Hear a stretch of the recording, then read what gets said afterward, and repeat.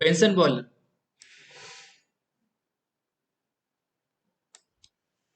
The main difficulty experienced by the Lamont boiler, that is the formation and attachment of bubble in the tubes, was overcome by the Benson boiler by avoiding the use of drum. By avoiding the use of drum. Here you can see there is no drum. The feed water is directly supplied to the evaporator through economizer. Through economizer.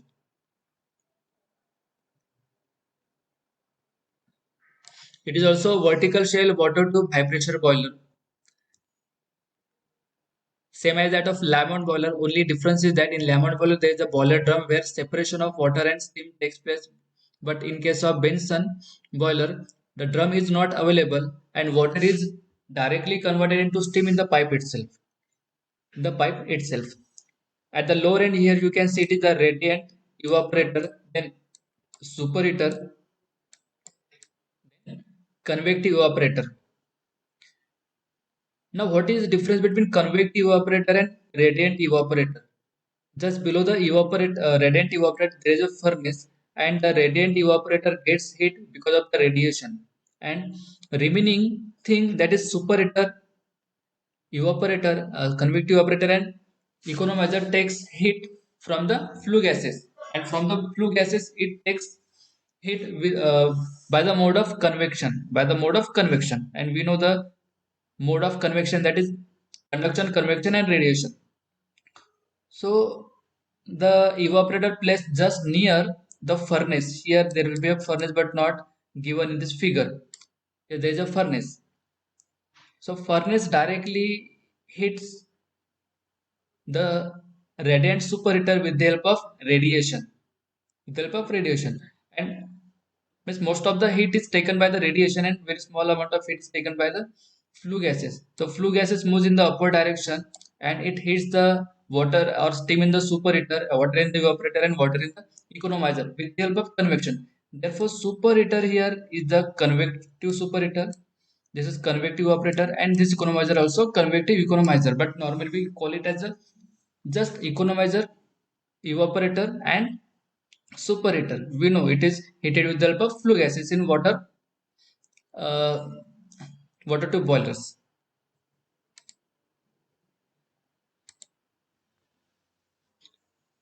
Now in this boiler,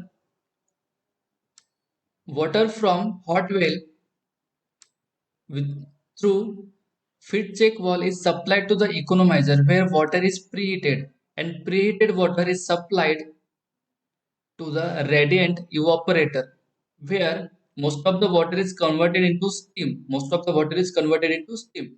Maybe dry steam or wet steam. Maybe dry steam or wet steam. And then this wet steam enters in the convective evaporator where it is converted into dry steam. It is converted into dry steam, and then dry steam is supplied to the superheater where it gets superheated, and finally superheated steam is supplied to the prime mover, that is turbine. Prime mover, that is turbine. Here also you can see air preheater is given.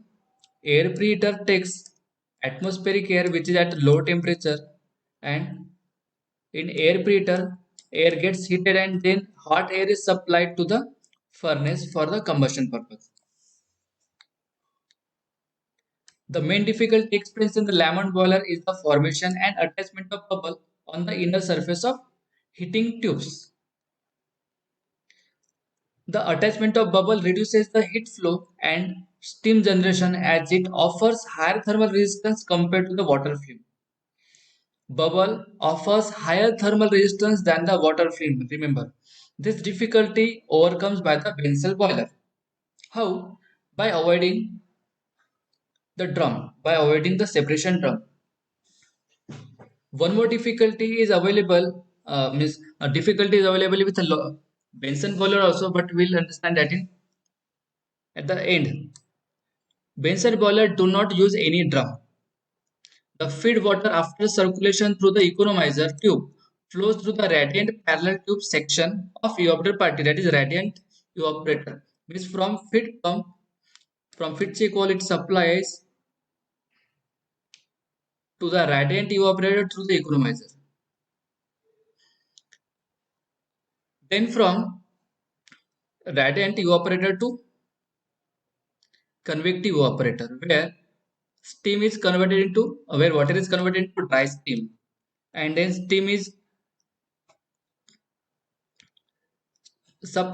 dry steam is supplied to the superheater, and from superheater it is supplied to the prime mover.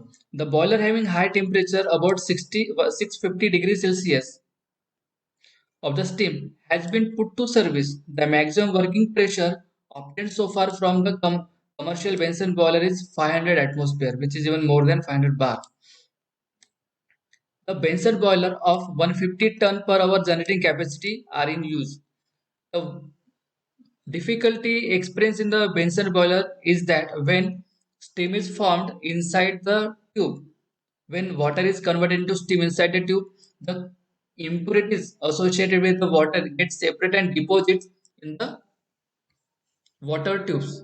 And these impurities, when gets solidifies, it acts as a scale, and heat transfer rate reduces.